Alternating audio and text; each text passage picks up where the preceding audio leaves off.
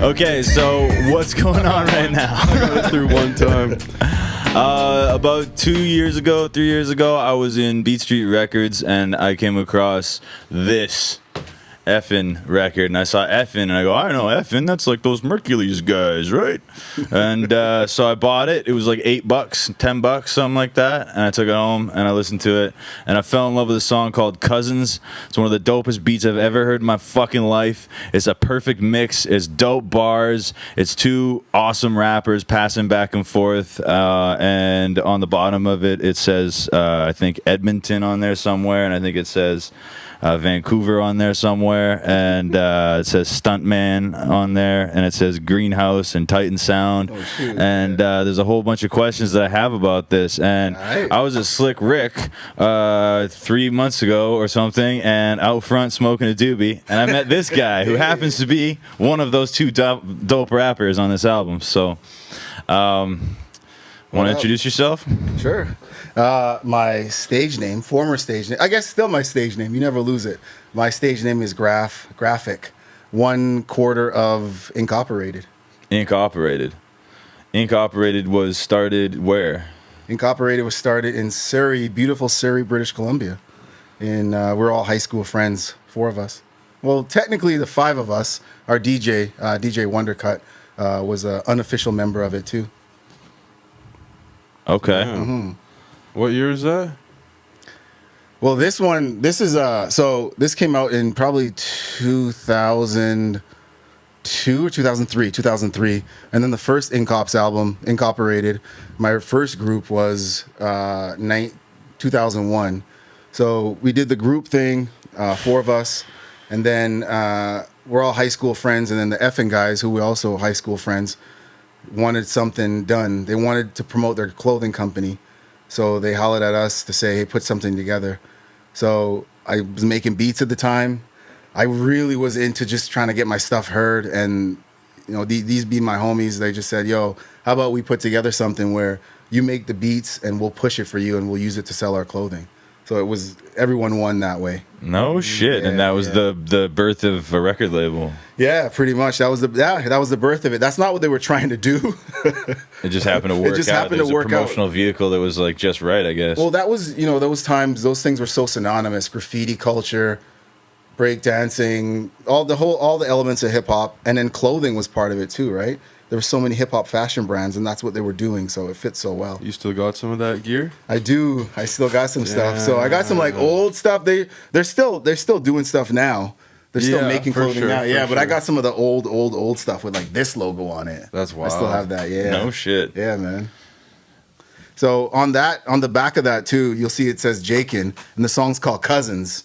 We're actually cousins. We are not blood cousins. My aunt was married to his dad.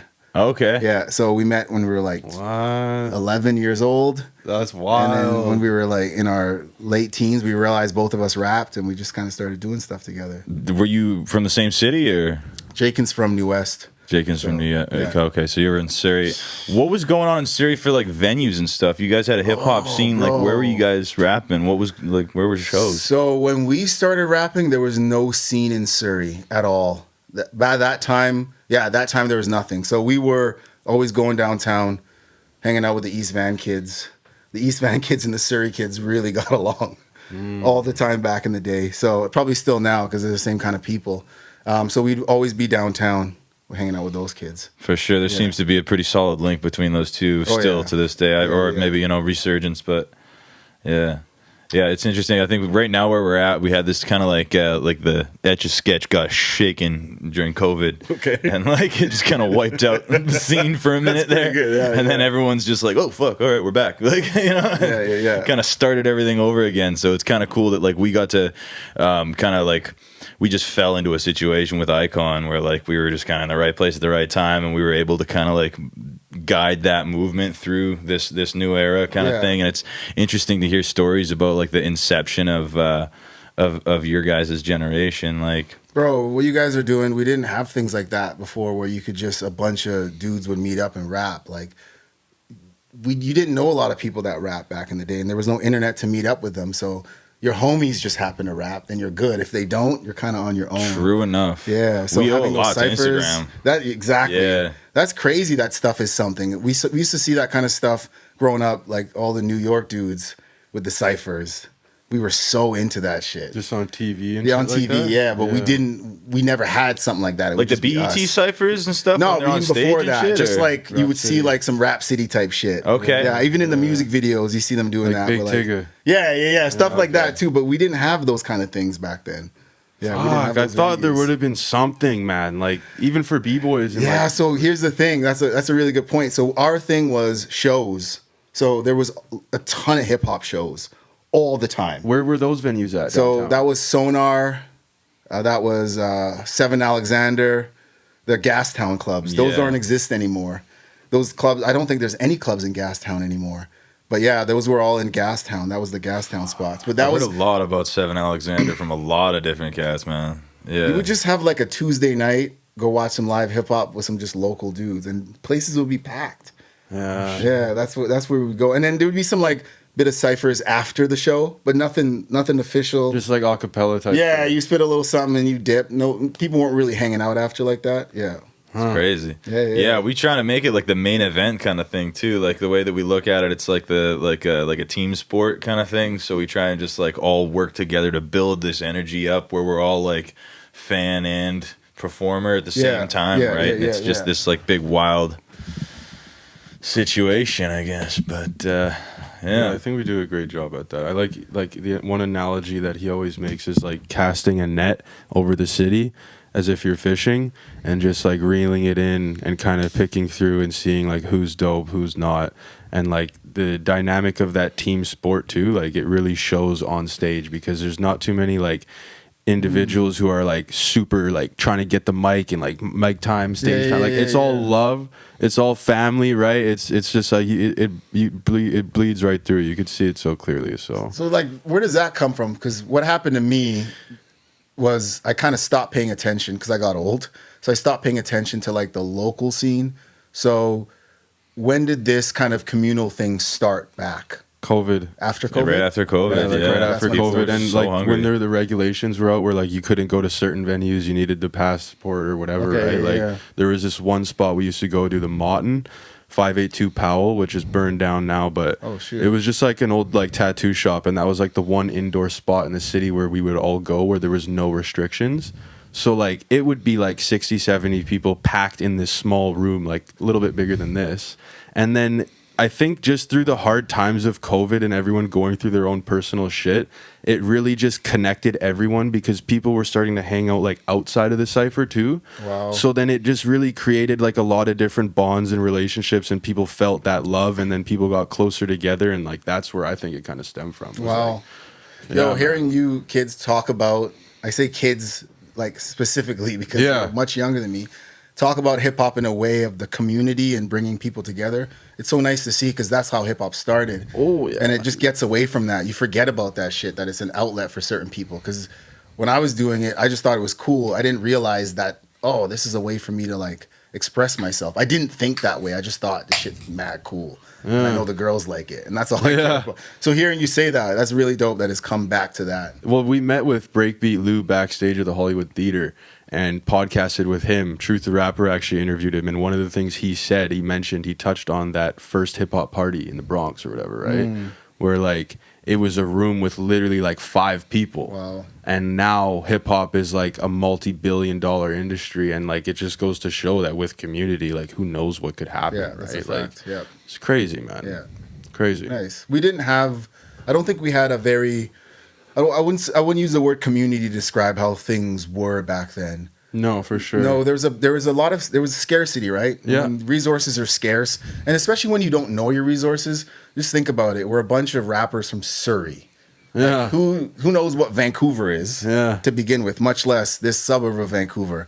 Like it would be hard for us to just make it. Period.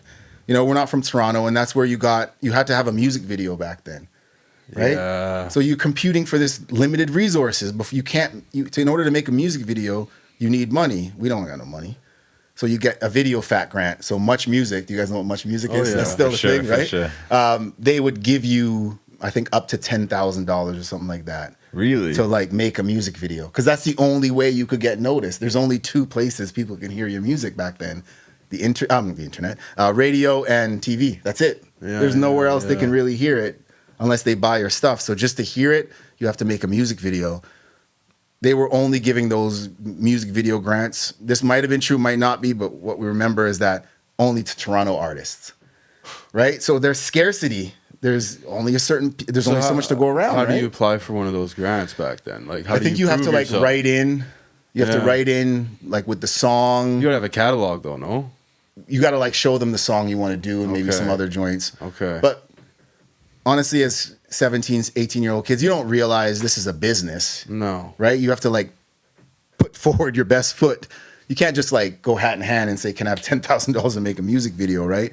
Plus you have to have vision. We didn't have any of that stuff. It was so out of reach for us, man. Like we didn't know anybody that made a music video and shit. Yeah. You don't know this stuff back then, Yeah. right? Everything That's was so the thing far. about the isolation of Vancouver. I feel like like just geographically at the time. I mean, it took a long time to bleed out into the rest of the world till there was, like, technology put us into a point now of total control where full frame cameras for $1,500 and we can all like be in the director's chair and inside of like a couple of paychecks worth of gear, right? Exactly, yeah. And have a voice. Yeah. Right? And then people listen to it. Like that's crazy. For sure.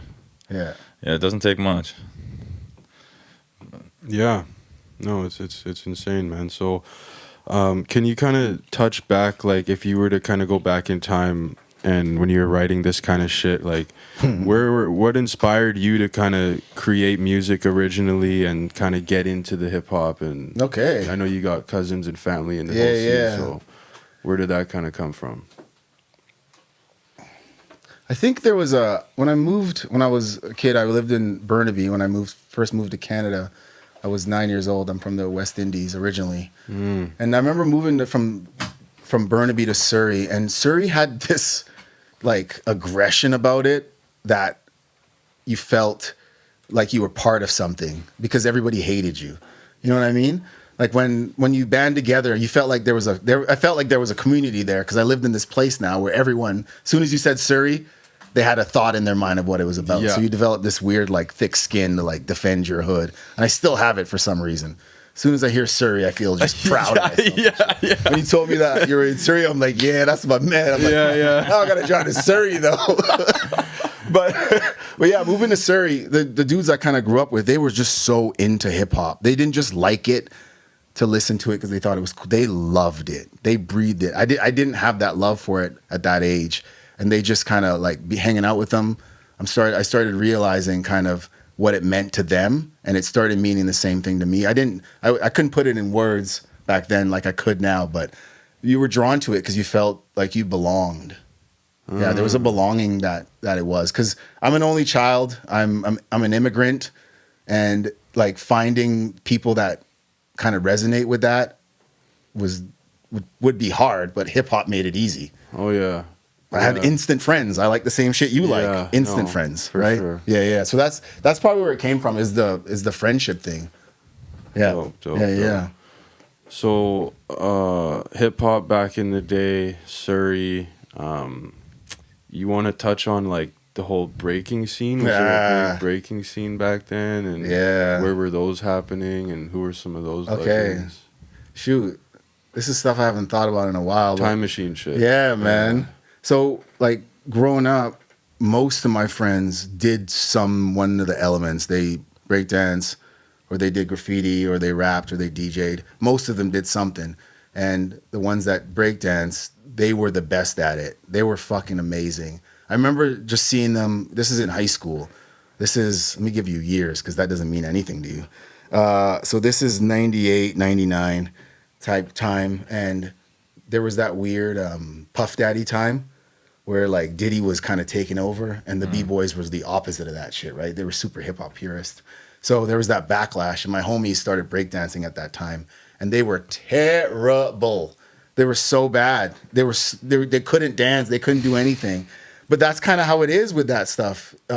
Hip hop, you can do hip hop in your room. You can write raps and rap until you get good, then show people. Same thing with graffiti, same thing with DJing. Yeah. Breakdancing, you kind of got to do it in front of people almost right away. Yeah. So you see the whole creative process happening. But I remember it wasn't long from them going to like, oh, I'm so embarrassed. These are my friends. To like, yeah, these are my friends. Yeah, these are the homies here. They were really good at it. But there was lots of stuff happening at high schools. I'm not sure how y'all grow up, but when our high schools really stood behind that stuff back in the day, and they would have like, I remember there was this thing called, what was it called? Outbreak.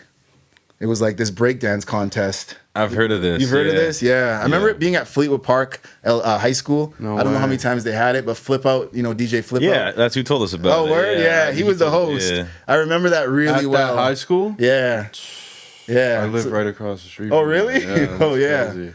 Yeah, that stuff used to happen like that. And I remember Sound Wars. Did anybody talk about Oh, Sound for Wars? sure. Yeah, I've heard Indeed of that. Cascade, 1996. Yeah. Sound Wars. So Word.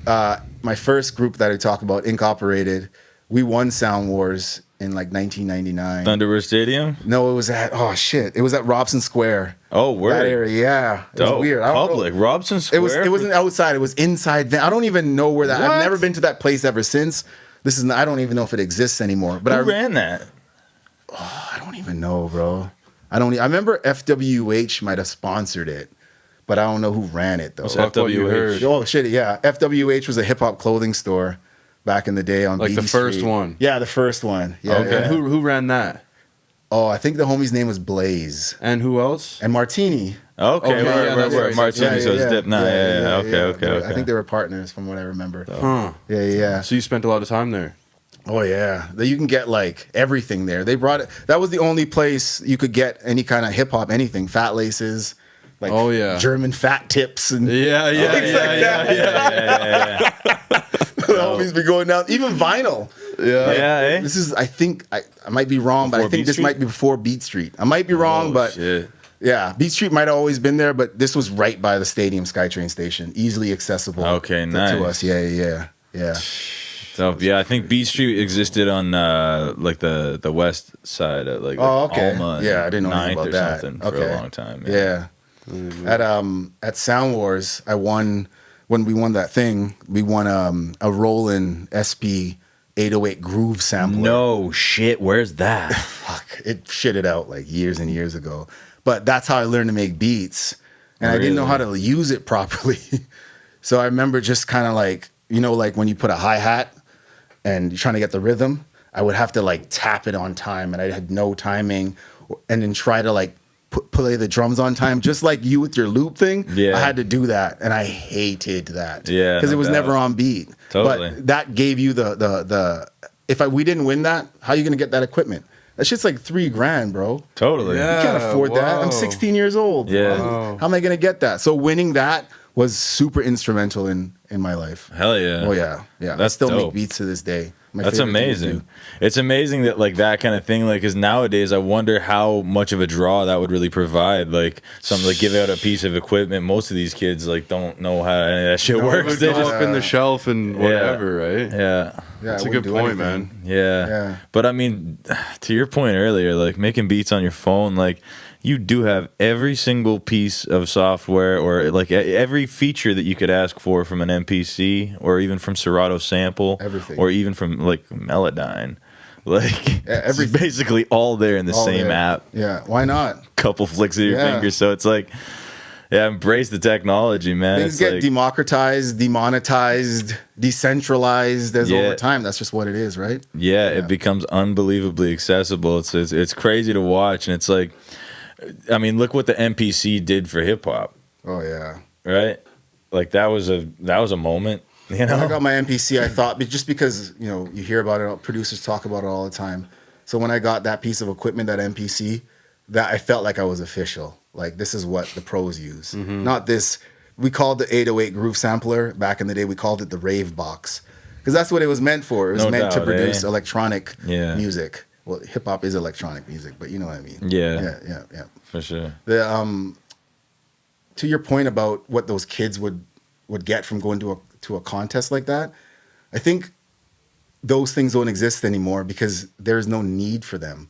For what you guys are doing is what is needed now. Like You don't need to have yourself Yeah. on a stage with just you and you're competing for a piece of equipment from the other people and starting Yeah. beef over shit. And no, that's bullshit. We don't want to do that. That's what we had to do before because resources. Now, the resources aren't limited. You guys are bringing people together in a communal way. That's way better than what we had to do. I still feel the scarcity in Vancouver. I still feel it for sure. It's like you say. I mean, people hold on to their shit, right? And they don't want like. There's only so much. It's not like we're competing for much music video grants, but in some cases we are definitely competing for grants. There's a lot of government funding out there for that, which is kind of dope, but it's also a little whack sometimes. It just usually ends up being like kind of every government funded artist looks and sounds the exact same, and The people who they allow to get the money. it's like what fit they the want. narrative thing, right? Yeah. And just toe the company line kind of thing, right? But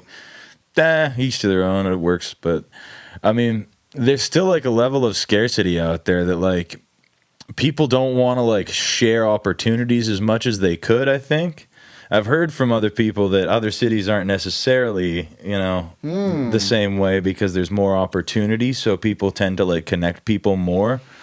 Yeah, it's the thing that I've seen more than is the connection is the pathway. I mean, you don't have a pathway. As a rapper, you would have to move to LA to That's make it. it depends what making it means as well, but like I remember just thinking, do we have to move? Like who are we going to talk to here? Yeah.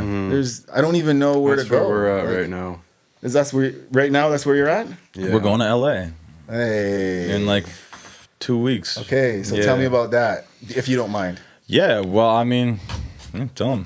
Yeah, so pretty much, like honestly, like this whole thing just started in a skate park with like 5 guys rapping at Leaside, right? Okay. And that was about 3 years ago. And at that time, it was just for fun. And it was just a weekly thing that everyone did and come to the cypher, hang out. And it took probably like 2 years before we realized like, hey man, like there's something to be had here. There's something to be shared here.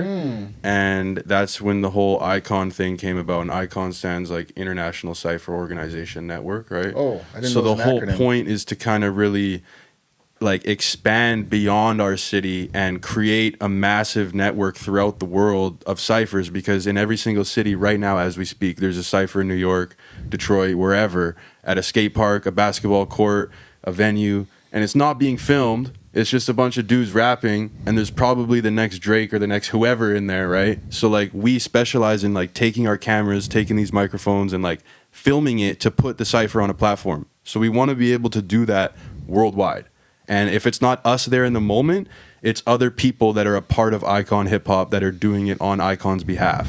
So we want to take this shit to LA, and we're treating this trip more of just like a missionary thing. Shake some hands, meet some people, like get the lay of the land, understand the community, the vibe, and the venues, and all that kind of stuff we're talking about now because we don't know fuck all. So it's like, who are we to say that we're gonna go to LA and throw like a massive cipher in a skate park? It's insane. We don't know anyone, right? Yeah. So we want to kind of just expand and see what's good with that. So we're just driving down. We're going to load up that Prius, load it up with some speakers, interface, generator, cameras, and just do our thing. And hopefully we can kind of bridge the gap for Vancouver, because like he said, there is a lot of scarcity in the city. And like it takes 2 guys like ourselves to be able to do that, because like no one's going to do it unless you are grant funded, unless you do have a bunch of support from an organization. And like Apple started in a garage, right? Yeah. So it's just like shit like that's what we're trying to do. So, I mean, we've reached out to like a bunch like of you people. say, like where's the course of action? Like what's the direct method to getting into the hip hop culture, right? Like how do you get in?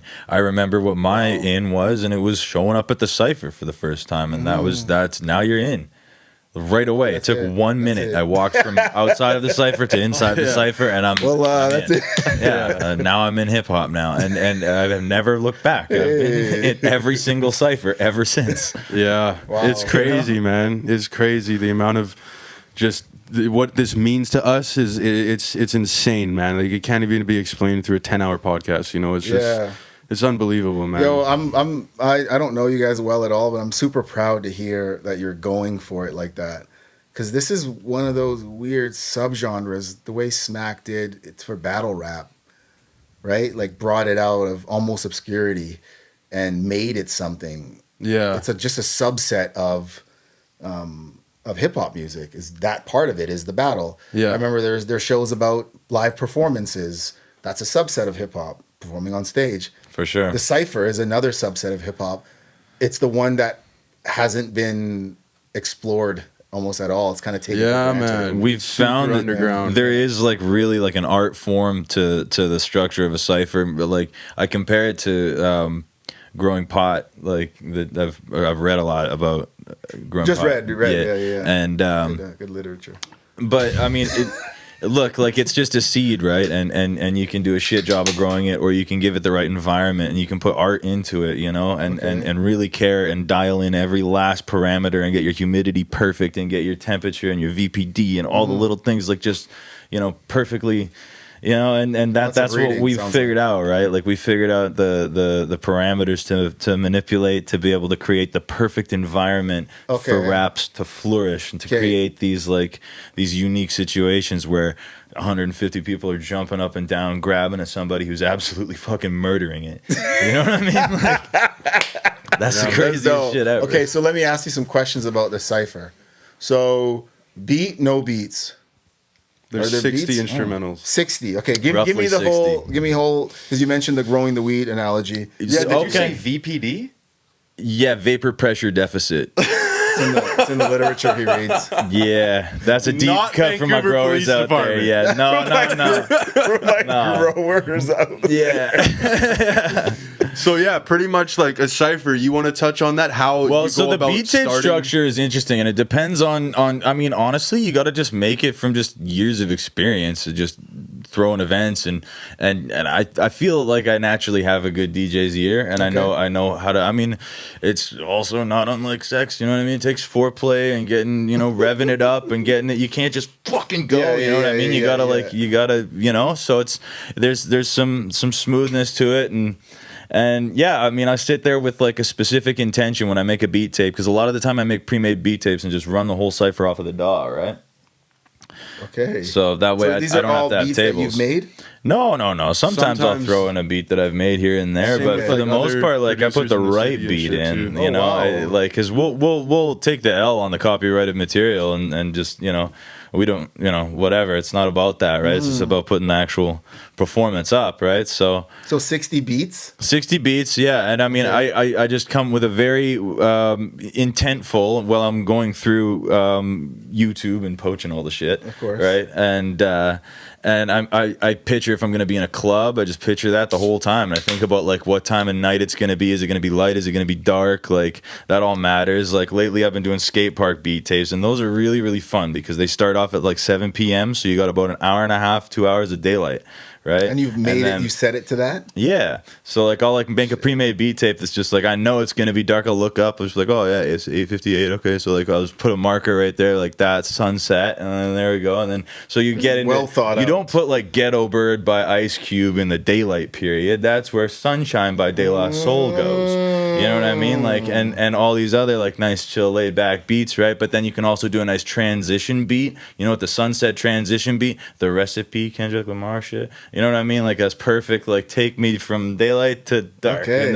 and then it's dark, and then that's when shit's like, all right, no more fucking rules. That's all the hard Let's shit. go. You know. Okay. And you can see it too, like you can, just from a distance, you can see the faces and the smiles and the people just kind of. It just sets the Wow. tone, man. It's unbelievable. And then especially when one guy like gets in there and absolutely just murders it, it's so raw and it's so authentic. People are just in awe, and I find because I film a lot of it, right? So I find myself just looking at people's faces.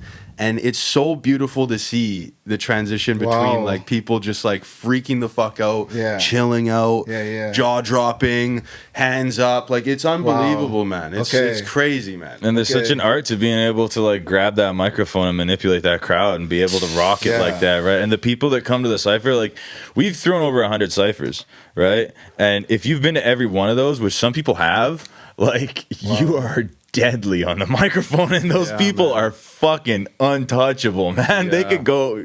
they could go against anyone. Wow, like, that's you know what I cool. mean? Because they're just well-rounded artists. They can battle, they can freestyle, they can spit writtens, they can host, they can call and respond, they can. And they're doing that in the Yeah, ciphers? man. And they're doing all that Yeah, shit in the man. cipher. Wow, Yeah. that's And that's the talent, bro. beautiful thing about not having like a host or like a main guy. It's 2 microphones, 100 people, and 60 beats. That's literally rules. it. There's no mic rules at time. all. There's no like just you Okay, just so pass the mic. No host. There's and nothing. that's It's it. just crazy. And if someone's going for 3 beats, you let them go Someone's for going for 3 three beats. beats. Yeah. Unless they're whack. Yeah. And then someone's got to take the mic from them or something. Oh, right? shoot. Yeah, like it's just- I mean, there's times where we'll step in if we have to, right? Like For we're not sure. gonna let someone ruin the night for sure, right? But as long as it's entertaining, right? Yeah, we'll yeah. always make sure that whatever's happening is entertaining, right? Because Wow. there's times where a dog shit rapper can be very entertaining. Some guy with a massive ego and a tiny dick, and he Yeah. comes in there, and you know what I mean? And then Yeah. some little nerd just completely tears him apart. You know what I mean? Like, Yo, this is another point to what you're doing here that is different than how we had it back in the day. Is that your shit is organic. If we saw something like this, it would have been on TV, and Yeah. you got 30 seconds, bro.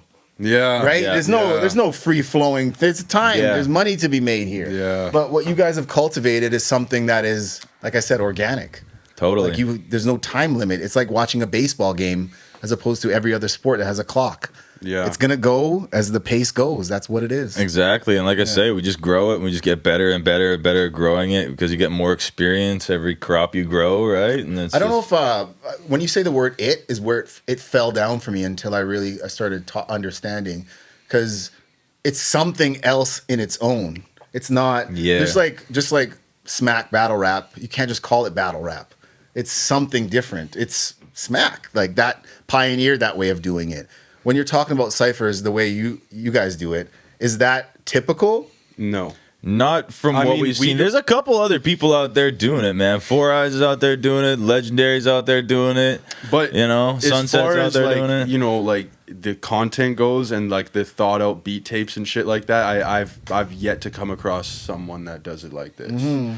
Because when the cipher's over and everyone goes home for the night, me and this guy are swapping SD cards and getting them put into the computer and starting fucking editing right away, right? So it's like I don't know anywhere else that's really like that. Like you'll see like phone recorded vertical clips of like just audio from the phone that people are filming at a cipher somewhere over a Bluetooth speaker. Yeah. But to go in and mix the EQ of the people's voice and choose the right multicam clip and get it the right angle and cut it to vertical and get all these different things to put it on Instagram, like I haven't really seen that. No. Unless it's like a super overproduced double XL cipher where most of that shit's written and extremely funded anyways, And that's right? not Like, what you guys are doing either. no, not at all. That's And not our the same equipment thing. is like bottom line equipment. Like I've got like an old Canon and I've got an old MacBook Air that my work gave most me, of and, these like, ciphers are we're run on a just Steinberg you know, like we 22. don't have the most craziest shit. So it just goes to show what is the possibility is like if we do have the craziest Oh, I shit, agree. you know what I mean? So This really does remind me a lot of this, just the smack thing, because I remember smacks back in the day. what exactly is that? Oh, sorry, you guys don't know what No, smack I don't is. know what Oh smack is. shit, my bad. Yeah. I'm talking like this is something. So you guys know battle rap? Yeah, for sure. So Smack DVD was this dude Smack. He's this dude from New York who had a camera and he would just go to different places and film battle rap. He would like get it together and like put this dude from this block against this dude and film it and just would put it on YouTube. Okay. So this is like, mid 2000s kind of thing. This is just after 8 Mile shit, because 8 Mile like really brought battle rap to the forefront. You guys know? You guys have ever seen 8 Mile? Of course, sure, Yeah. for So sure. that was like people realized, oh, that's an art. I could do that. I Yeah. can improv rap. I could rap and I can do improv. So all I have to just do is be quick on my feet and rap. And then diss this other dude, I can do that. So that started kind of really getting it going. So you'd watch Smack DVD, and it would be an actual DVD. But we're not from New York, so we didn't get the DVDs. They'd put them on YouTube, right? So we'd get the YouTube videos. And then Smack grew that, like going to different boroughs in New York, to this huge business, like pay-per-view shit. And it's just battle rappers. It's very controlled. It's live. Yeah, It's got time, judges, all that. everything. Yeah, Everything. yeah, There's yeah. there's no judge in the end. That's what they did really well Crowd. with battle rap. Is you guess who won. You kind of like argue with your homie who won because it's so subjective. word. These Yeah. guys, it's so. Most of those battles, I don't really watch battles anymore. Most of them are hair thin victories. They're not like this decided thing that you're like. They're both so good. Yeah, Like, for so sure. Yeah. they just don't have At a certain level of skill, at a certain Exactly. echelon, it becomes irrelevant. Exactly. But Yeah. if you guys are doing this, I highly recommend you look into Smack and Absolutely, because this is yeah. it's sounding very similar with the organic nature and the passion and the love. Yeah. And he's still doing it. Like he's still in it. It's been That's 20 amazing. years. We gotta hit him up. yeah, for sure we do. We're going to New York soon, so There you go. You Yeah. guys, this is the path I see, man. This is taking hip hop for what it is and not just the commercial part of it, right? The obvious commercial part of being a rapper and having songs and selling your music.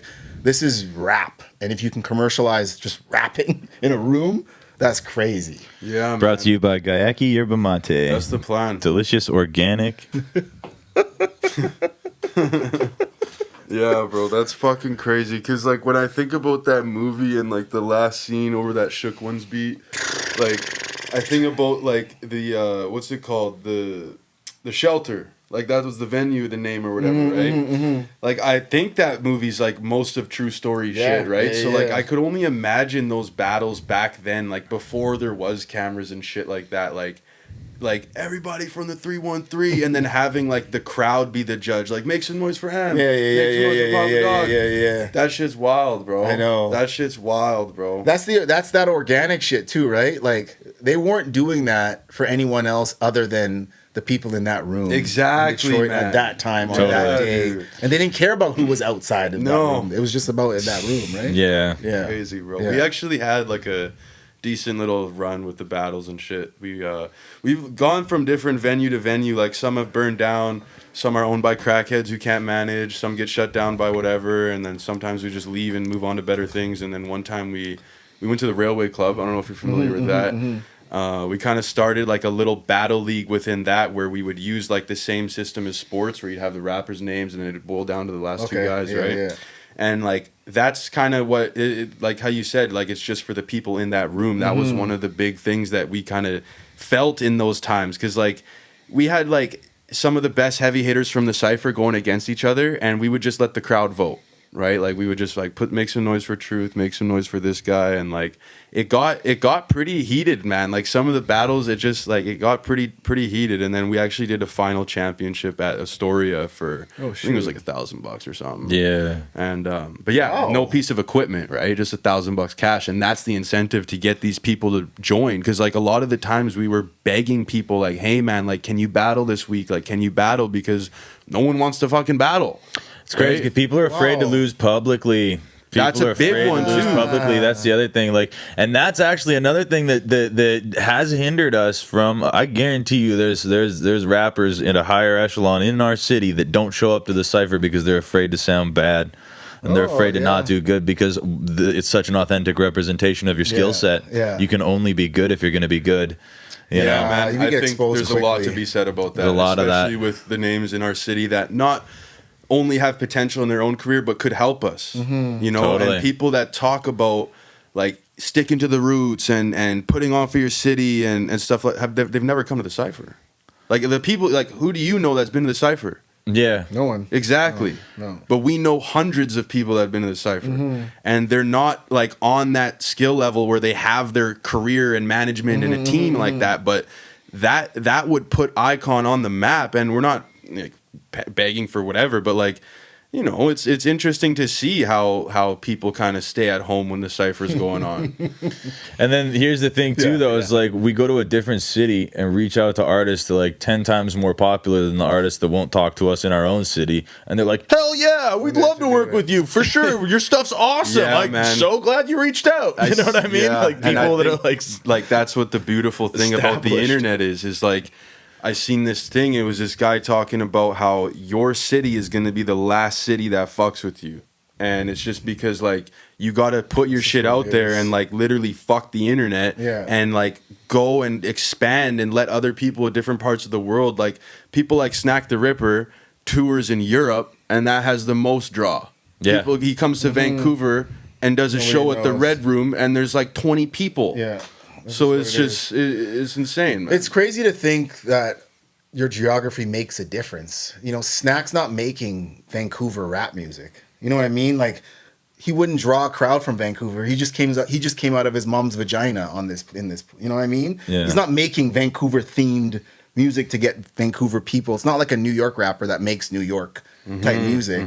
There's no Vancouver sound. So yeah, Snack's just doing his thing, and the people that are drawn to it are the kind of people that are drawn to it. Why don't you think there's a Vancouver sound? Oh, well, It's like genuine question.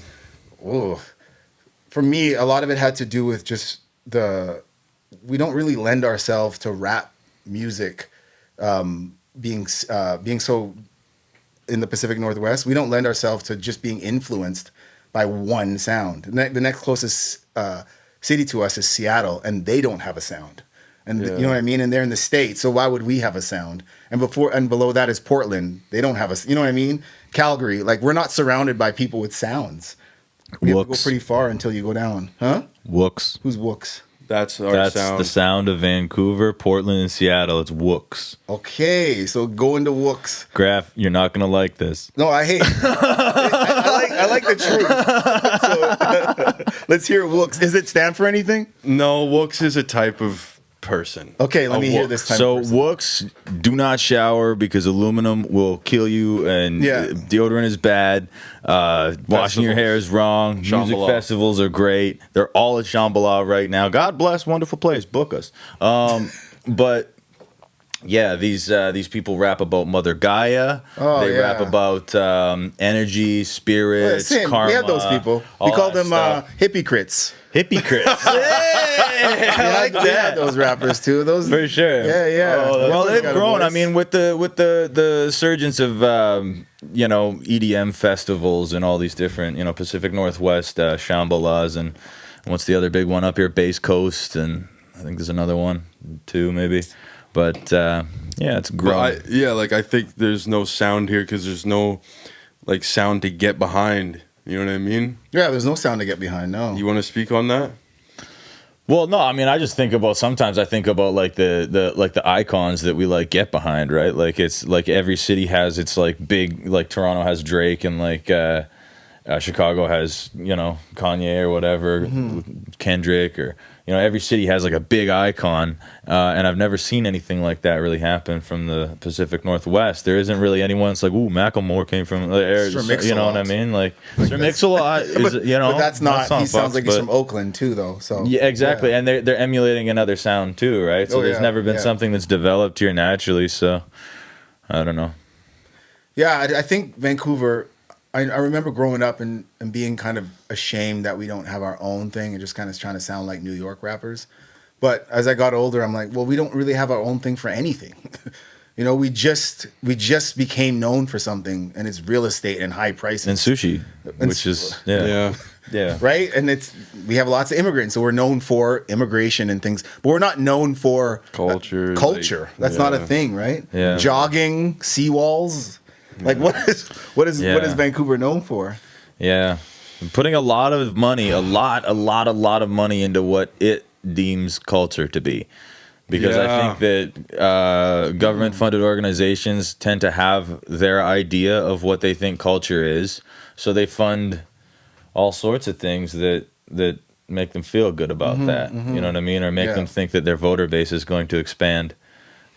Well, government traditionally doesn't like the young people, so that's just what it is. They don't put a lot of effort into the things young people like. It's unbelievable though, because like they talk a lot about the crisis here, specifically in Vancouver, with drugs and like single parent homes, and just like I don't know, like I just think like if they did care even a smidge about that, they would kind of like keep their ear to the street, or they would have someone kind of being like, okay, like where can these people go? Like, where can these people feel welcomed? Because like the culture here, as far as hip hop, like is like Cabana and Fortune and like all these like weird clubs that no one wants to go to. right? But like when you talk about an outdoor skate park cypher covered in graffiti and everyone's different races and different colors and genders and people are just walking up freely, like that's culture. So it's like, you know, Yeah, I we agree. were throwing a cypher like a month ago, and you know, we usually take to Instagram to promote all our shit, and it got big, man. And we've been doing ciphers at Plaza Skate Park for like 2 years now. Every Friday we were doing them in the summer and stuff, and it got big, man. Like there's videos we can show you of just massive crowd and no permit. No permit, no like, hey city, we're gonna be pulling up here with speakers. We just followed the bylaw noise rules. We shut it down at 11. Everybody goes home. We clean up everything. But we recently just were planning one, and we had a bunch of people ready to come out. And before we even set up, you got bylaw there being like, "Yo, you guys can't have cypher here tonight." And we're just like, "What? Why not though? Oh yeah, we just got some complaints and noise complaints and shit like that." So it's just like, you know, it goes to show just what they really care about. I mean, like you're worried about the one old grandma up there who's complaining about noise, when in reality there's so many beautiful connections and moments and memories and relationships that are built at that cypher, where people in that group photo at the end of the night could be 2 blocks down the road buying dope from whoever, trying to have a good Friday night. So it's just like, fuck, man, like that's real culture. No, I completely agree with that shit. A lot of that kind of stuff comes from what I've seen too, is the parents of the kid usually push, because they know the ins and outs of how the systems are supposed to work. So the parents of the kids, I remember growing up, and my homie's mom, she worked for like the mall or something. So she kind of knew that she could get like a permit to hold a skate jam there. And she like held, it's like she knew what it took, and she like, her son was a skateboarder, and she just loved him and his friends around. So she went out her way to put that thing on for us. That's dope. What Like, mall was that at? A Guilford Mall. Okay. Yeah, it was crazy. I'm like, there were so many kids there and stuff, and she's the one who got the permit to do it. That's dope. She just want to see her son be happy, you know? That's dope. But the passion you guys have for doing this kind of stuff, how was your, this is me interviewing you. How was your online community? Like, where do they go to talk and say, hey, I like everything and I want to go here and I want to go there? And Well, we have a pretty decent following of Instagram followers that are genuine people that like what we do and follow every single piece of content and share it and like it and engage with it. But we do also have a couple group chats with like everyone nice. at the cypher. Oh, cool. So people will promote their own music in there, their own shows, they'll promote their own stuff. But like we do have like a decent calling where we could literally post a story, cypher tonight, 7 p.m. Leaside, and we'll have a decent amount of people coming out, and people will start sharing it and talking about it. So I think Instagram is definitely a big one, and then just YouTube comment section. People just commenting on shit and saying this is dope, and it's crazy because like we invite everyone to the cypher. Like literally so many people that we see just through hashtags or whatever, we message them, be like, hey, cypher tonight, whatever, blah blah blah, come, everyone's welcome. And then you see like later on down the road, these people are now linking up outside of the cypher, making music. Groups are being formed, shows are being had, and it's crazy to see that too. It's beautiful to see that. so like, you guys probably don't see it, but nowadays on Netflix and all these forums, they're capturing a lot of the 90s shit. Yeah. So you'll see like a documentary on like Washington Square Park, where like Mos Def and them used to like rap and shit, right? And they'll talk about certain record shops in Toronto that were so instrumental to these rappers. They'll talk about certain things like that. This is one of those things 20 years from now, those kids that those kids are going to be talking about are these ciphers. Dude. They're going to be looking back and saying, wow, we were part of that thing. Because there's nothing like it. I want you guys to understand that shit. Like, that shit is like so fleeting though. Like, now that I'm old, I'm like, I didn't even know I had that. I didn't even know how dope this was. That's the thing, man. Right? Like, there's been a couple of moments in my life where like I've like consciously felt I'm in the old days right now. This is the good old days right now. Wait a minute. This is right now. Yeah, You know what I mean? You can feel it. Like, it's like, holy shit. Like walking through Santana's, walking through, like, you know? Yeah. And then there was another big moment for me too, is like when somebody commented on our shit one time, like, this is one asshole said this, so I mean, what do I know about the New York scene, right? But they're like, it was a video of Santana's packed out, 150 people in there, all smoked out room, fucking super cool, graph all over the walls. Like, someone's like, I wish we had something like this in New York. I'm thinking like the whole time that we're planning any of these events, we're like, man, we got to make it like that cool shit that happens in New York. We're just like, you know what I mean, chasing the dragon. Bro, this is it. Like, oh fuck, man. This What is the target? Like, what are we trying to do here? Man, I wish shit like that was in New York. Literally, dude. Literally, man. So That's what it is. in 2005, my homie went to New York, and he's the first one to go to New York out of all of us. Like, we thought, this is like the pinnacle of life, is going to New York, right? Because we grew up on New York hip hop so much. So he came back, and he was so disappointed because there weren't ciphers on the street corner. Yeah. Because he thought that's what it was like. He's like, I thought I was gonna see rappers all over the place, Yeah. just rapping on the street corner. And he's like, there was not one rapper rapping anywhere. I bought a shitty mixtape Jesus. from fucking Times Square, and Oh my. excuse me, and that's it. So it's like this place. These things don't exist, bro. That's why we're doing what we're doing, man. Yeah, and they that's only why we're exist going here. to LA because, like, Yeah. who knows what exists there, and whatever does yeah. exist there, they need some fucking help. I don't know. I mean, like, I don't think that we're like, you know, the end all be all of like cypher culture. That's for sure. And I'm sure that there's got to be some people out there that are killing it, you know, to some level that we don't know about, right? But because still, my mind gets blown all the time, even in Vancouver, right? Like I remember I was like 2.5 years deep in this shit before I ever saw Set the Bar. And I show up to a room full of 150 people that are all super diehard hip hop fans. They're jumping up and down. I've never met any of them. oh Like, shit. what the fuck? Wow. Like, you know what I mean? that's And cool. I'm balls deep in this shit, Yeah, right? And yeah. you see that, so it's like, well, my mind has been blown before, so I'm sure LA's got some secrets for us. I'm sure Sacramento's got some secrets for us, and San Francisco, and everybody. You know what I mean? Well, So what's the factor that Vancouver has that those places wouldn't have? well, we just been here for 3 years, man. So we've built up a community that, like he says, right? Like we drop one story on Instagram, we got 50, 60 people there, like that night. So, before you started doing this, there's people rapping and For meeting sure. up and doing that kind of stuff, but not meeting up, or like what was? I think they definitely were, but it was more just homie based shit. Yeah, yeah, like yeah. now there's like an actual movement to get behind, and I think that's what kind of sets us apart, really, because like I said, like it started in a skate park with 5 guys and a Bluetooth speaker, right? So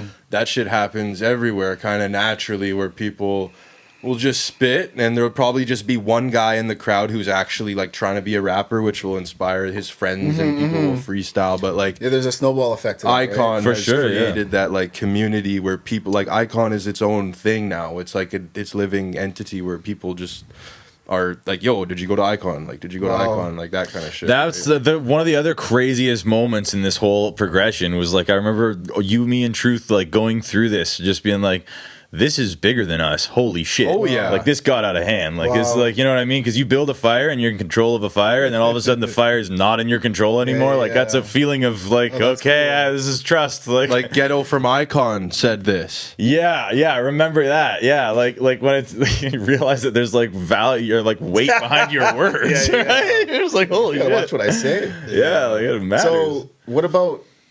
This is again, I'm interviewing you. No, dude, it's all great. It's good stuff. So, like, you have analytics and stuff, I assume, right? From your YouTube Somewhat from videos? YouTube, from Instagram, yeah, for sure. With the analytics, does it say any kind of where people are most listening, watching? Oh, it's all in local. Vancouver. It's Yeah. mostly. And then there's the 2% in Russia and the 1% in New York, and kind of it varies, but 80-90% is Vancouver. for These sure. pockets form, right? Like I say, like there are people that are out there doing it. Like there's in New York, there's like an organization called Legendary Cypher, and they've been at it for like 12 years. They come out of that like Immortal Technique movement, and like Okay. all those dudes Yeah, like yeah. put together like a dope ass cipher every Friday night in Union Square Park, and like it's just as legitimate as it gets, just like old school shit, dope beats. People show up, rap a cappella, and they just film it all, right? And so they take a bit of a different approach. It's less produced. It's not like mics and like beats and stuff like that. It's more like just like raw footage and stuff. But it also like has its own like style to it in itself too, right? Because it shows that like raw authenticity. Yeah, yeah. And I think sometimes our produced material can look so produced sometimes that it takes you out of how real it really is. So sometimes like you can, you know what I mean? You can actually benefit from doing a more rudimentary approach to your production, which is like what a lot of these organizations, well, all these organizations do.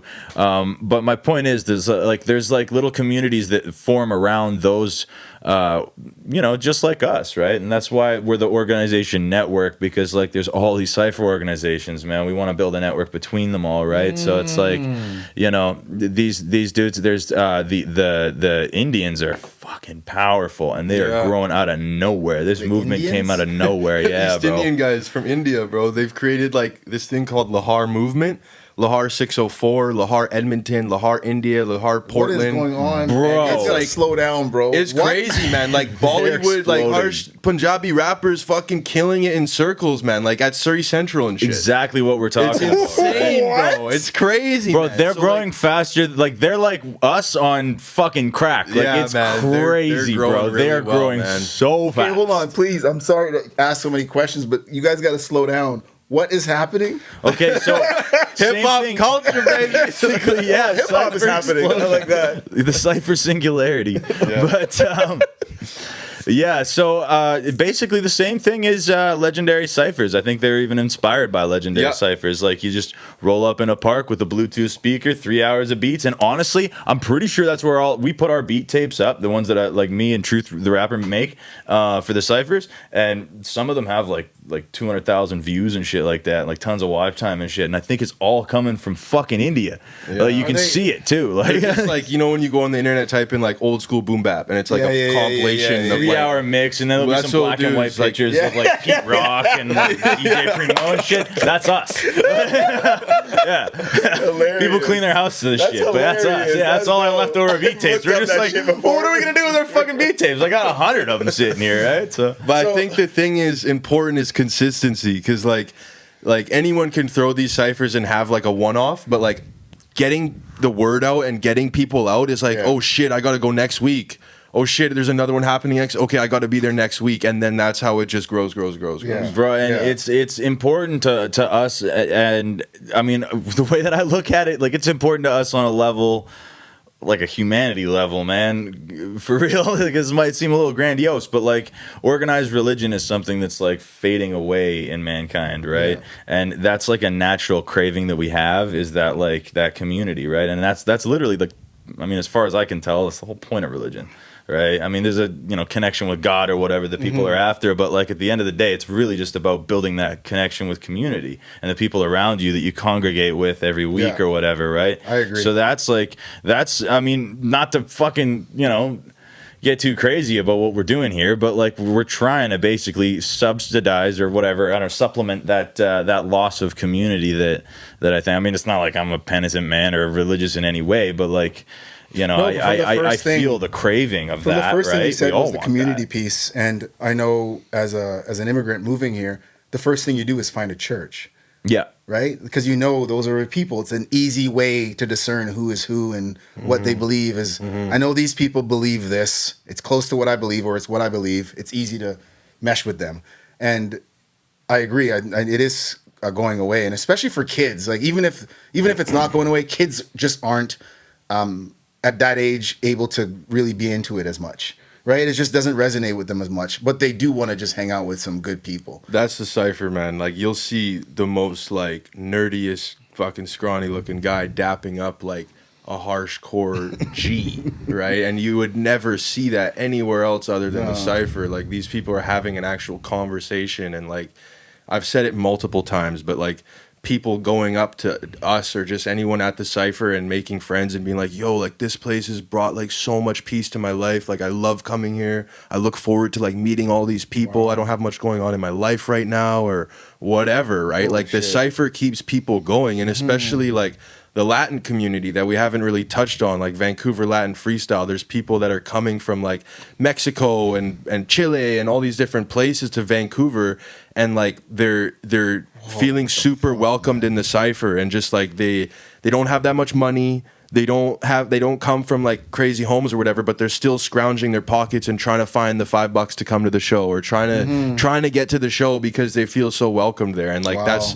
the dope thing with our cypher too, is we've had Japanese rappers, Spanish rappers, some Russian guys hop on the mic, And they like spit in their language. yeah, bro, Everything. crazy, man. we're like And, 9 languages and that's now or the something? thing, like no judgment, no barriers, nothing. So if you're someone who's walking past this cypher on the side of the road, That's how we found Riku. you're gonna stop and watch, because it's not like select it. Even if it's hip hop and you don't like hip hop, there's an Asian guy rapping and you're Asian, so it's just like, you know, it's There's just live performance happening. People are stopping. It's crazy, You man. see someone And blowing a saxophone on the side. You're just bro, like, oh, what's going on? we over had there? someone at the cypher with a saxophone. more than Oh, once, shit. yeah. More than once, That's and we're dope. like grabbing the mic and like putting it in the horn of the saxophone to get the audio. And it's shit. multi-tracked, and I get to play it later. bro. Really, like Like, honestly, you can do that's half dope. decent with a 58 in a skate park on a sax. Like I've done it.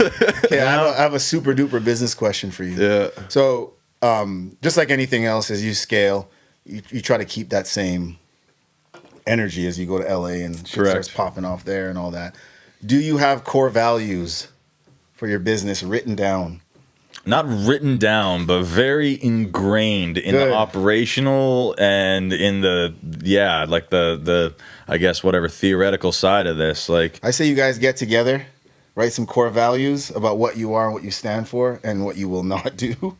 And you fucking put those up when you go to ciphers and make sure everybody knows these are the rules essentially. You kind of have to adhere to this. That's how you keep culture going, right? Is that, hey, we all agree these things, right? We all agree. That's really And then you see someone interesting. step out, be like, bro, you said you know, you can point to one of them. That's what all good companies do, because that's how you keep the culture going as you start expanding, is you qualify and quantify what's in your head, you're totally right. and you let everyone else know about that. Yeah, you walk into Alcoholics Anonymous and they got that whole thing laid out. They got Exactly. the 10 steps or Yeah. 12 steps or whatever all laid out and stuff. You got to We put it all in agreed people's on that, faces. right? Yeah. You got to put it up because everything's on the computer. You don't get to see those things. Make sure they're real to very you good too. point, Make sure man. they're real to you. 100%. Yeah, don't dude. just use like stupid words and shit that don't mean anything, like hard work or teamwork or bullshit. Like, you guys don't talk like that. Use it No, like yeah. you talk.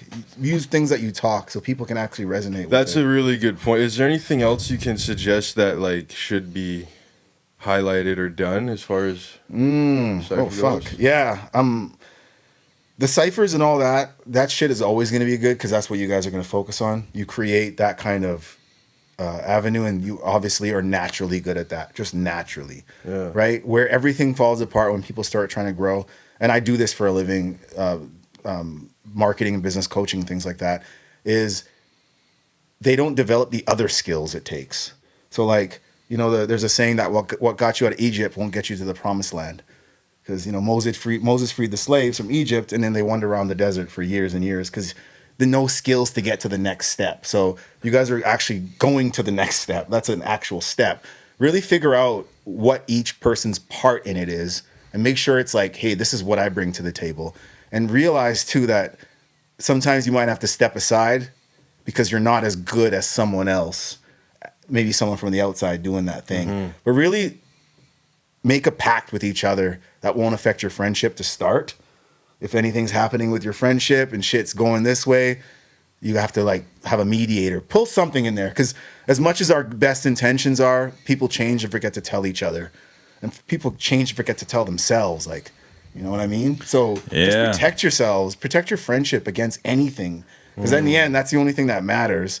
So I would really highly advise really figure out what each of you bring to it and what you think is lacking. And either someone develops those skills or you bring other people in to really help you build. Yeah, you make a great point because even as close as me and Soul are, like with this whole thing, like it's like communication. Like I've been in like 8-year-long relationships before, right? And you're just like, wait, you didn't want to, like, what the fuck? Like, you know what I mean? Right? Like I lived with that bitch. Like, you know what I mean? We had the same duvet, so like, you know, like, Did she buy the duvet or was that you? of course you bought the damn Has fucking. that dude ever bought a duvet? I lived like a prisoner. Women, am I right? I'm just kidding. Anyway.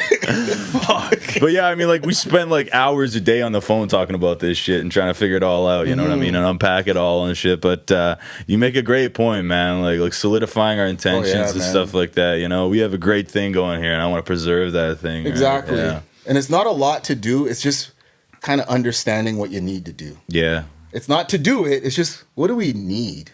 And then you'll figure out as a team what to do about that. Yeah, that's what they say, right? Like, if you can write it down, the problem's half solved. Yeah. Never heard that before. I'm going to take that. I'm coining it myself. Thank you.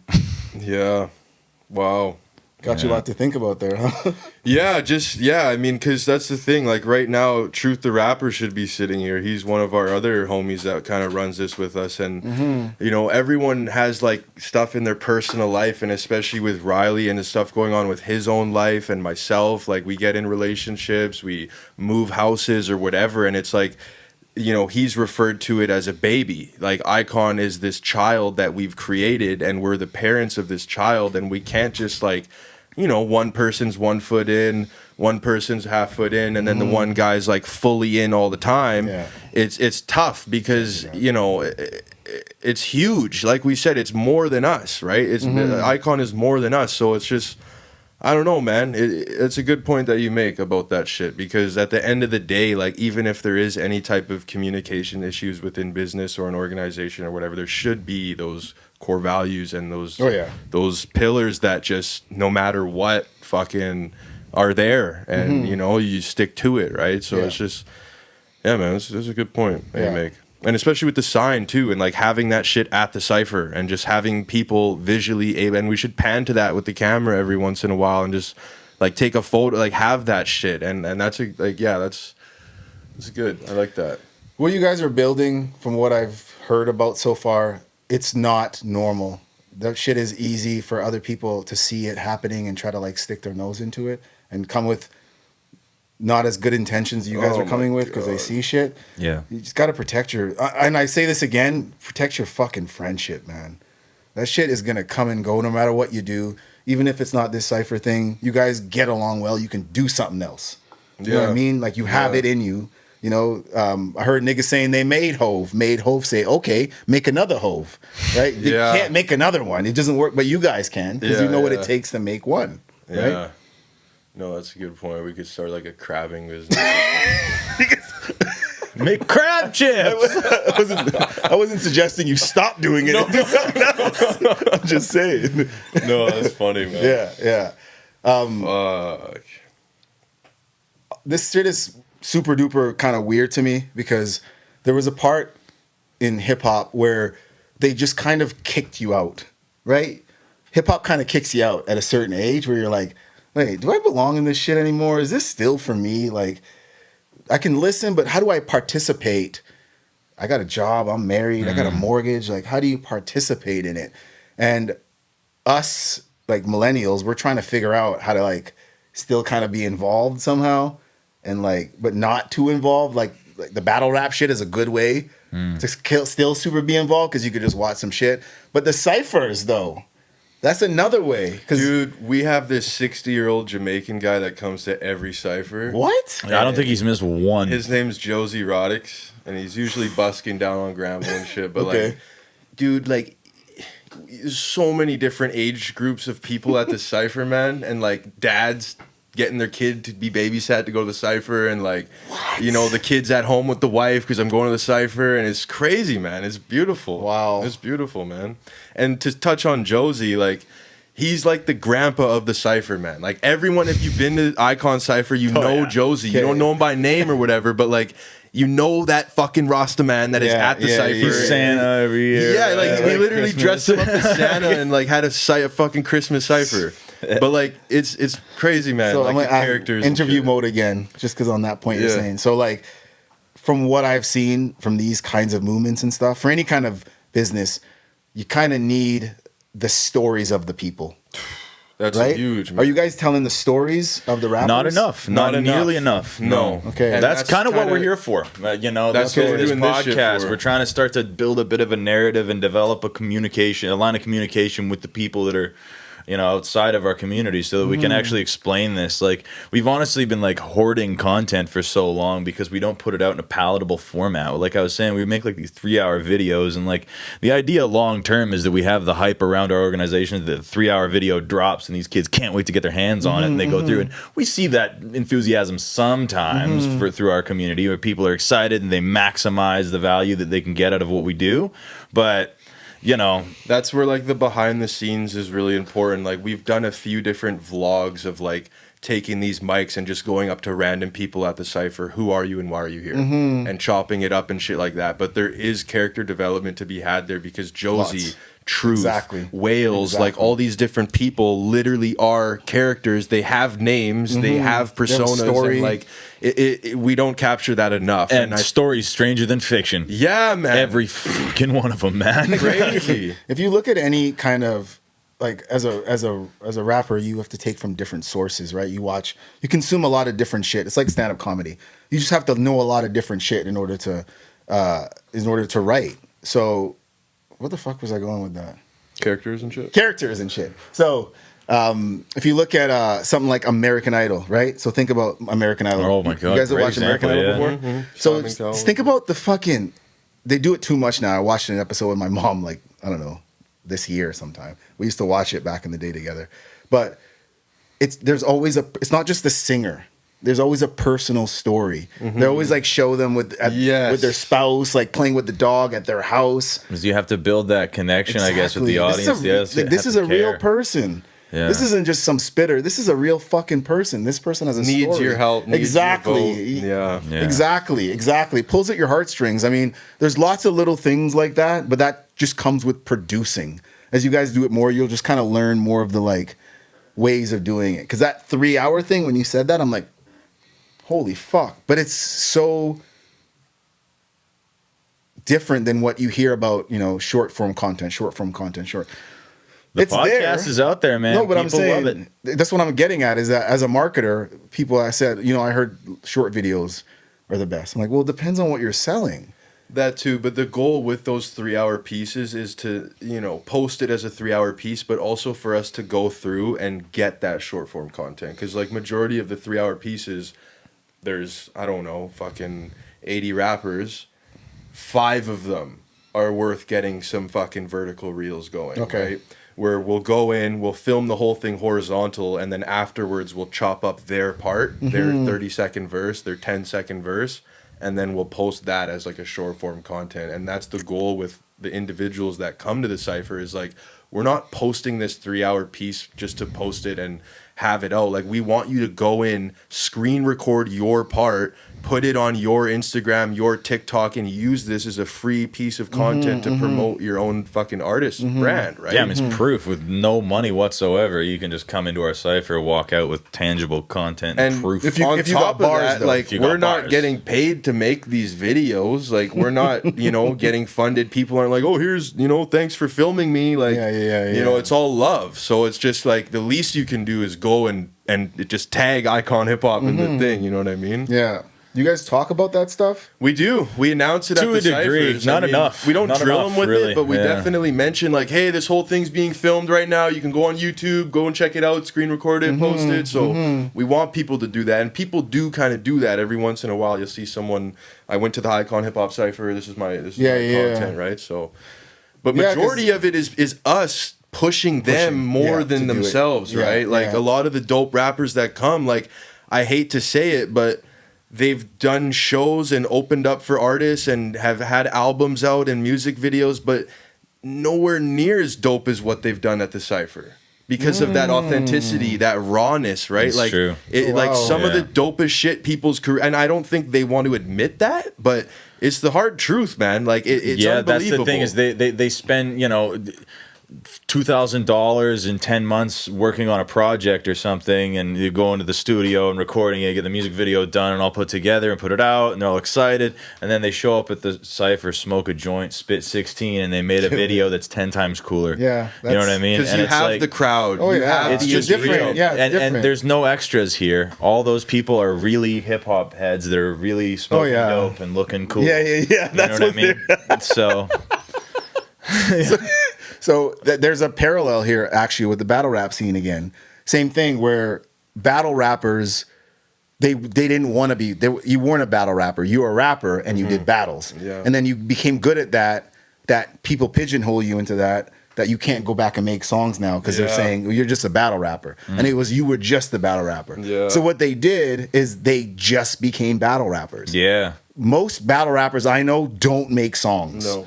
right? So maybe what you guys are doing, that's gonna change that for ciphers as well. That's interesting that you say that, because I mean we've seen this kind of thing take place. Like there's a guy that we know named like MC Save the Whales, and he is the most cypher rapper motherfucker I've ever met in my life. This dude has a thing called a rock box, which is basically, you know what I mean? You Bluetooth beats, and then you can microphone into it. Yeah, right? I think that was on Shark Tank. I saw that. Yeah, shit. great little piece of equipment. But he has traveled around the world with that thing, and he's busked his way. Like he's a crazy motherfucker. He'll take a one-way flight to Zimbabwe. Literally, he did that. Like one-way flight to Zimbabwe, busk his way around Africa, whatever the fuck. He was a white kid from fucking Toronto. Wow.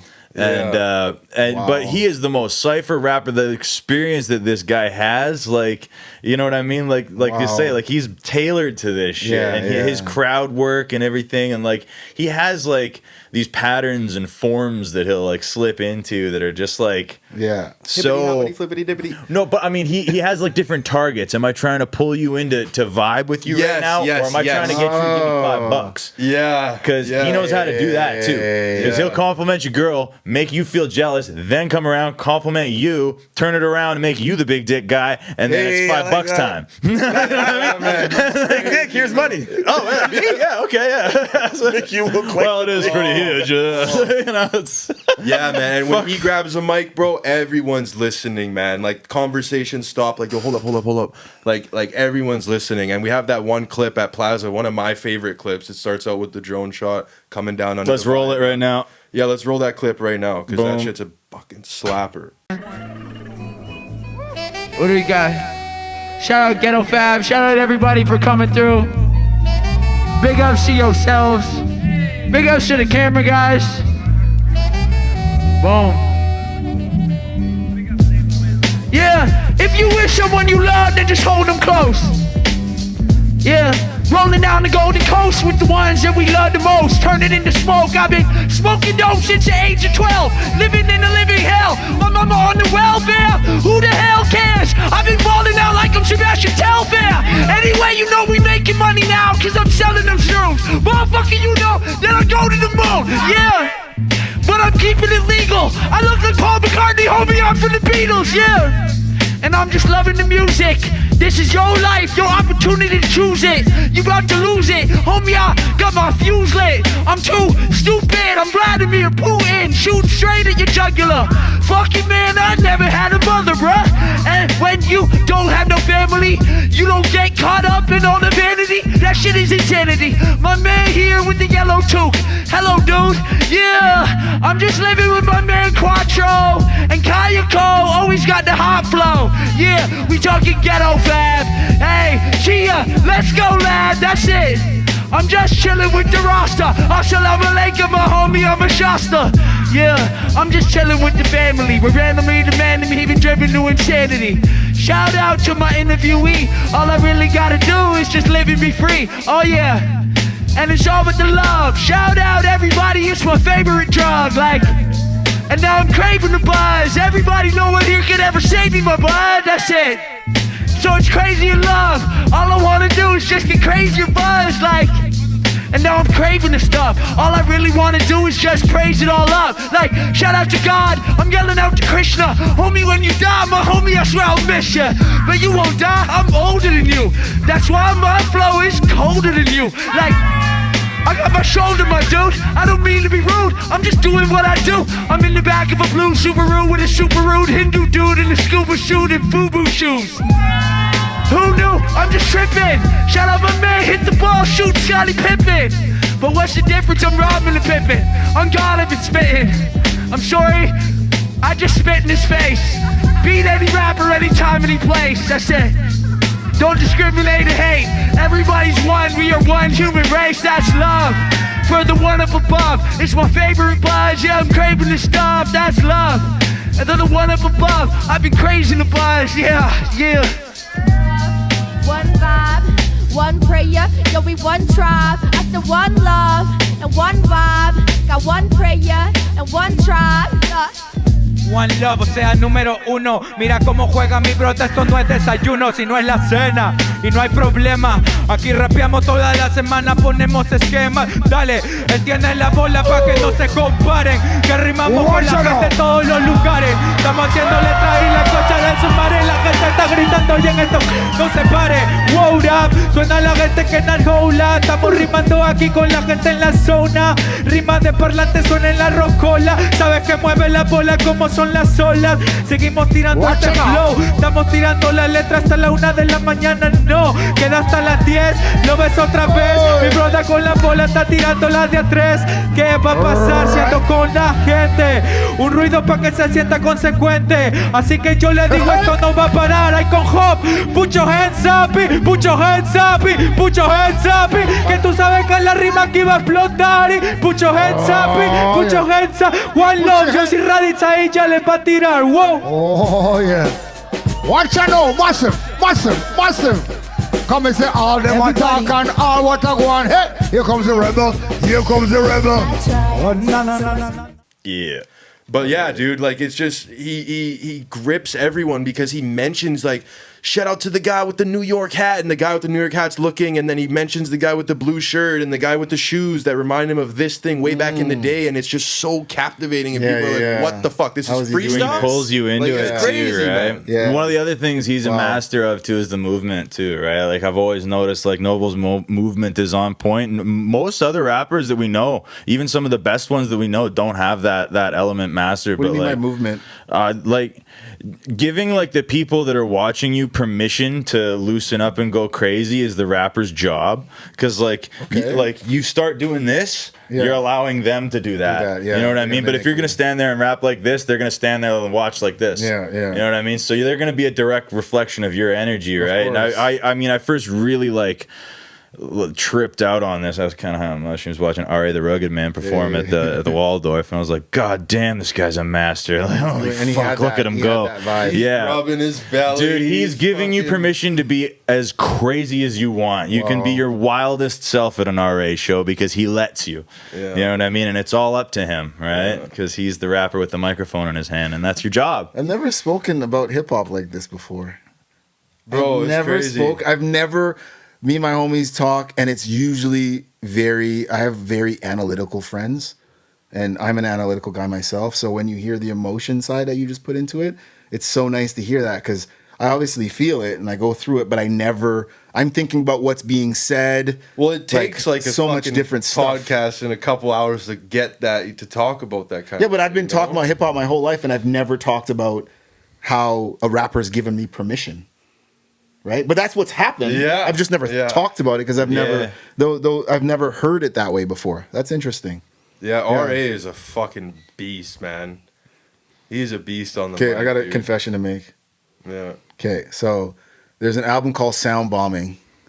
It came out in 1999, and it's from. Do you guys know what Raucous Records is? It was like an underground hip hop. Raucous? Raucous, yeah. Oh. They were like the cypher, the icon back then. Okay. Right, so they were putting out a lot of the New York cypher dudes. They were getting record deals through Raucous, and they put out Sound Bombing in 1999. And Eminem has a song on it, so it like kind of blew up a little bit. Okay. This is when Eminem just first came out, but it was like underground rapper shit. But R.A. the Rugged Man is on it, and he has the world's worst song. Right? And I swear to God, I've never listened to an R.A. the Rugged Man song after that, Ron. Really? Because it was, I'm begging you, listen to it. And everyone keeps telling me, no, bro, that's just an outlier. He's actually really dope. This is not good. This song is not good. It's not, I swear to God, about 2 years ago, I listened to it again. I'm like, let me give this another chance. Maybe my, 17, 16-year-old brain just couldn't fathom what was happening. Yeah. It was even worse this time around. Fuck. So I opened for that motherfucker. You gotta, really? Oh, yeah. So, but I hear he's really dope. Though, he's dope. But I've just never listened to him. He's dope. Yeah, he's dope. His syllables and rhyme schemes and stuff he says is really interesting. But he's just a really dope performer, man. Like it takes it. I don't know. Like no backtrack, just rapping fully. You can understand every word. He's spitting every word clearly, fast as fuck, double time while jumping. Like it's just. He's a good performer. He's a really good. Run down into the pit, get everyone excited, pull people around. You know what I mean? Like it's not your typical fucking get on stage and hands up. Yeah. He's dope, man. He's dope. I'll tell a 2-second Ari the Rugged Man story. It was like one of the things that I love to do is like hip hop media. I'll go to these shows and we'll sit around. They got the camera that plugs into the microphone and shit, right? Okay. Do what I can to get sound Were bite. you doing that at Slick Rick? Yeah. Yeah, it was. Yeah. Okay. And I was doing that at R.A. the Rugged Man, and I'm waiting there at the merch booth at the end of the night for a thing. There's like, we're at the Waldorf, right? So like there's a merch booth set up here, and then literally like no shit, 6 inches from the merch booth, there's the door to the bathroom. Okay. And like he's standing there, there's like 25, 30 people all lined up waiting for their autograph and to shake the hand and get the picture and everything. And some girls up the front, right? She's like, fucking his target girl. And the little whispering, just like I don't know if you've ever been to the Waldorf down there, but the fucking doors are made of wicker, right? They're like 1/8 of an inch thick of wicker. Okay. And 30 of us sat there and listened to this dude get a fucking beach. At the merch booth, bro. Wow. It's fucking What the hilarious, fuck, man? Literally, and it was just as loud could fucking be. Like no, Who was loud, him or her? Both. Okay. Both. And that's the motherfucker to make a song and include that in his tracks, like in some way God. too. Yeah, he does that kind of shit. Yeah, You know what I mean? man, He's like- out there living that life. He's yeah. he's that guy. He's a touring rapper. He's been on tour his whole life. Yeah, Jesus. yeah, he's crazy, man. So how did R.A. the Rugged Man, who's an old rapper, break through to you guys? Like, what is it about that We like kind? old school shit, really. Yeah, the resurgence of the old school, I think, is what's happening right now. Is I that think there's a happening lot with the of that. ciphers? Is that like the kind of Well, the beats that Hand we in play hand. are old school as fuck. Yeah, right? they're old Very beats. rarely do you hear a new age hip hop beat. A little in bit every cypher. now and then. It can Yeah. be valuable now and Yeah. then to drop one of those like Cardi B style booty shaking fucking Yeah, club yeah, banger yeah. beats, and Yeah. like that will fucking blow shit up. But like for the most part, it's all like an old school sound. So it kind of goes hand in hand. But at the sense. That same makes time, I sense mean, now. it's not like we're driving the bus on that. Like it's all over the world. I think if you look at every different avenue of culture, you're seeing this like a resurgence in the old school everywhere. Everything's so overproduced and they want like, made nowadays. Like people look at vinyl records, whether you're into make a country comeback. western music, whatever, rap or whatever. Vinyl records are selling like crazy. grainy right? footage. People love grainy camcorders. footage, shitty cameras, like all that stuff is coming back because people just want to Tapes connect are even with. coming back. People are blown away by the fact that you can put music information onto a tape, and I'm still blown away by that. I'm blown away that you can carve fucking music into a record. That's crazy to me. I still think that's more amazing than the computer. It blows my fucking. I think the same thing because How I does understand how the zeros and ones Yeah, thing works, but but- that fucks my head. Me too. Yeah, Yeah. yeah, that's unbelievable. Right? With the Crazy, needle? man. How With did the you think needle, bro, like do and that? getting Why that would you- needle. And there's four and having it wires, spin and at then what- 33 how- and a third, and it's this. Yeah. Like, how did? Yeah. That's why, like all those DJs back in Electrolysis, the bro, day. and they make these fucking. They use the same shit they used to chrome a bumper to coat the original ones. They cut the first record with a lathe, and they coat that shit with fucking metal, like with an electrolysis process, just like they chrome a bumper, and then they fucking use that to. They fucking have like a ball of the shit, and they go.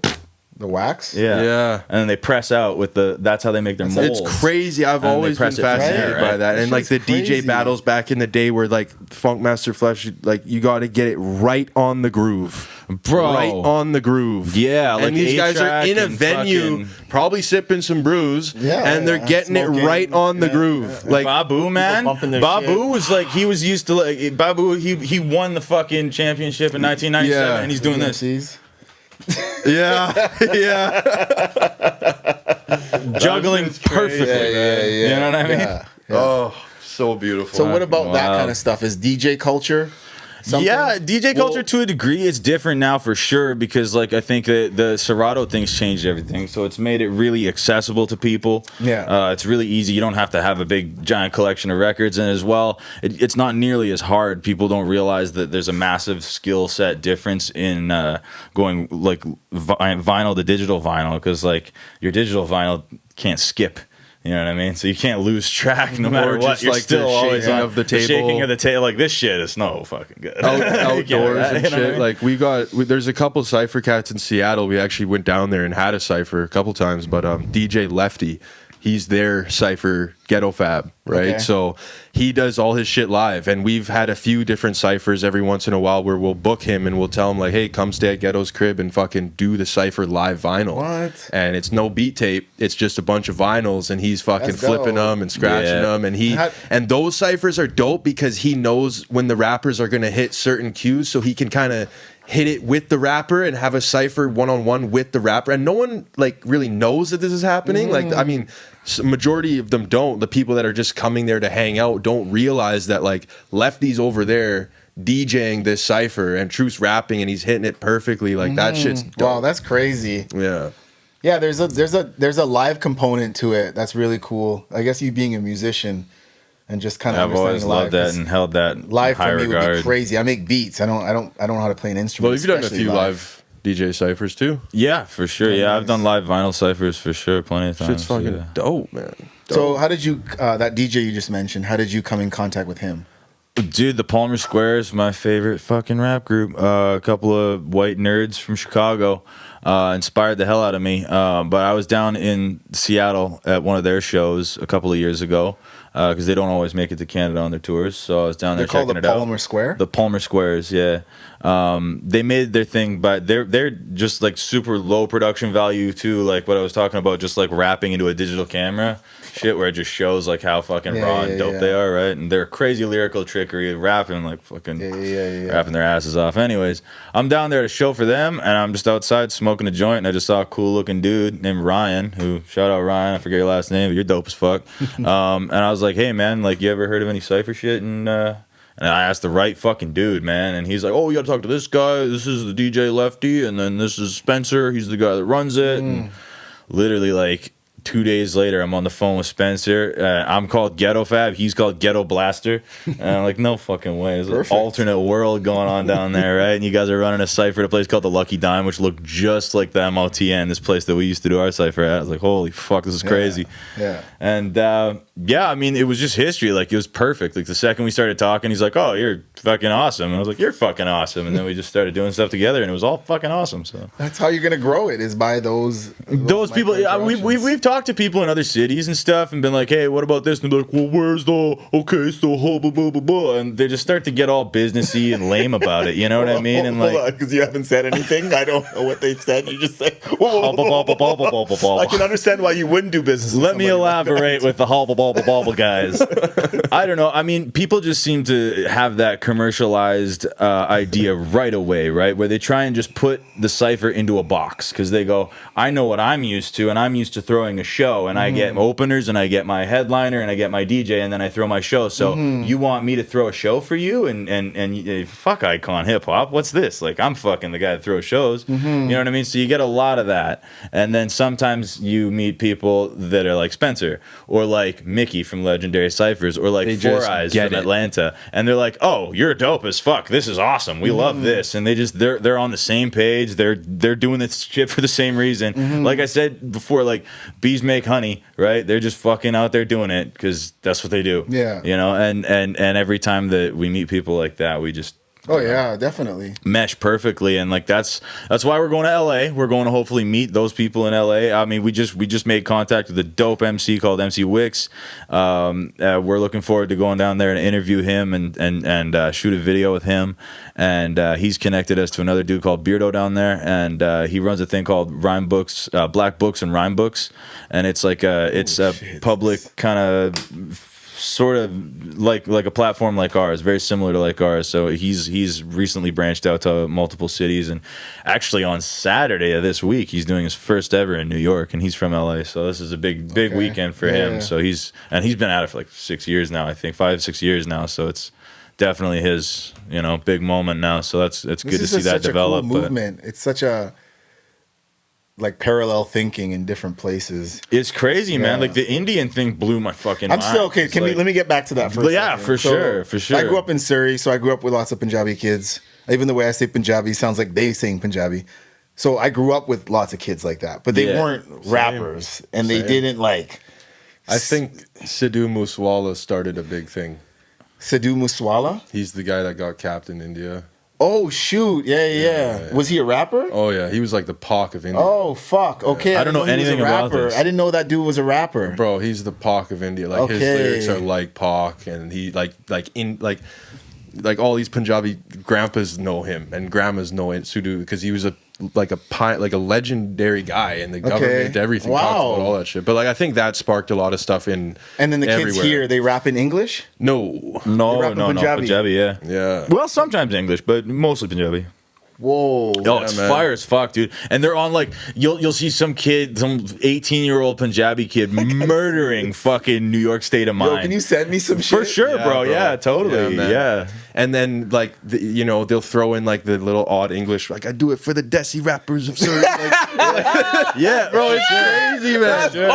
And like hard as I don't fuck, know what dude. he's saying, but the other Punjabi dude over there is fucking freaking out. So it must be dope, right? Like in my eyes, like the realest hip hop in the world is just like that cypher energy, like that like ignition point. And every time I've ever seen these Indians going at it, man, they have that fucking ignition point in the rearview mirror. They're fucking blazing hot, man. They got it crazy going. Like the energy is wild as fuck, man. Yeah, so man. Wow, that's really cool. Yeah, I can't wait to shout tell out my to- homies about that. So, yeah, Lahar movement. yeah, Lahar I'm movement. gonna check that out. yeah, and for Lahar sure. 604. Yeah, shout out Joe San. That's Yeah. so cool, man. Yeah, Hell those yeah. guys are fucking sick. And then even like the Latin movement here, it doesn't get enough recognition either. Vancouver Latin Freestyle and Test Musique and Vladdy and Old Dog, all those guys have created like a battle league within their own organization where like they meet up in parks, Robson Square, New West Key, and these guys That are one will just blow like, your mind, bro. Because like Dude. literally, you go to a basement and there's 150 Latinos jumping up and down, and they're doing that what you were talking about with smack style. Like, Oh, really? Like, Yeah. Are you familiar with like Rent Money? Yeah. It's like that, like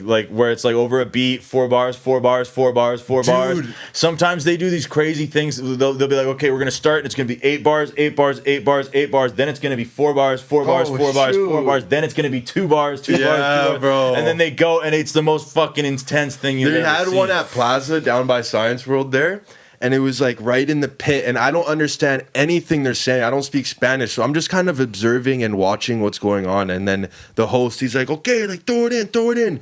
And people start throwing in like a can, an empty Yeah, beer whatever, can, a record, a phone. a People weight, are throwing a in a binder. shoe, a lighter, breath a mints, fucking cigarette. like, yeah, like and this what else one you guy got? A fucking watch, rolls in yeah. a BMX and drops it in the center. And these guys have to pick up these objects and battle about these objects. Yeah, like now to your each mom's other, sits bro. on a bicycle, This and one the guy bottle's grabs a going in fucking the- empty yeah. Corona and just smashes it on the ground. He's fucking in his face. I'm like, holy. Wow. Dude, we had a Crazy. smoke machine going. we had so Crazy, many man. fucking people. The lights are crazy. It was that one of those nights. Yeah. Fuck. Wow. That's dope. This is a different world, bro. Yeah, that's This is the like I would say the maturation of rap music, of hip hop culture as a whole, is when it gets into these niche Yeah. pockets where you can just kind of be yourself and use it Totally. the way you want to use it. That's beautiful. That's Yeah. the art, man. Yeah, that's the true. art, bro. Well, the last thing I'll leave y'all with is you're gonna be doing some shit right now that's gonna push you to feel really fucking uncomfortable because it's gonna question your morals and it's gonna question your skill sets. Yeah. Right? Because you're gonna start, no matter what you do, money's gonna start fucking shit up. Yeah. That's just what it is. That's what sure. money does, right? It fucks shit up. So that's the core values, what I mentioned, that shit. But also really thinking about how much of your art are you willing to kind of bend in order to get it to the different kinds of people?